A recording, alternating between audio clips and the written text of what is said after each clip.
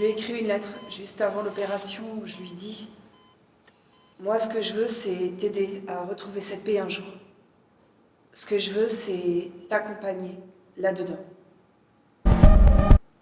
Par exemple, il m'est arrivé de masser directement le cœur d'un enfant. Son cœur s'est arrêté, le médecin a décidé d'ouvrir le thorax et j'ai pris son cœur dans ma main pour le masser, pour être plus efficace. C'est quelque chose qui est complètement inconcevable, même pour un soignant.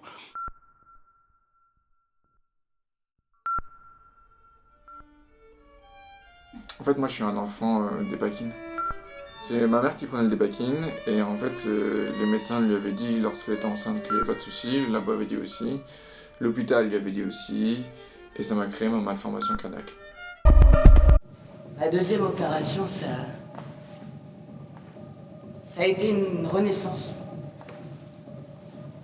J'ai eu ce sentiment de naître une deuxième fois. C'était vraiment une sensation de premier souffle.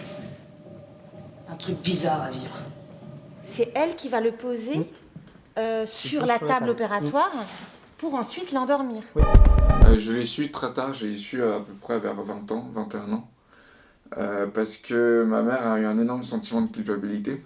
Et quand on a déménagé, quand mes parents ont déménagé, à un moment donné, sur un carton, j'ai vu un truc avec plein de carnets de chèques. Et par curiosité, j'ai ouvert et j'ai regardé, j'ai vu urgence.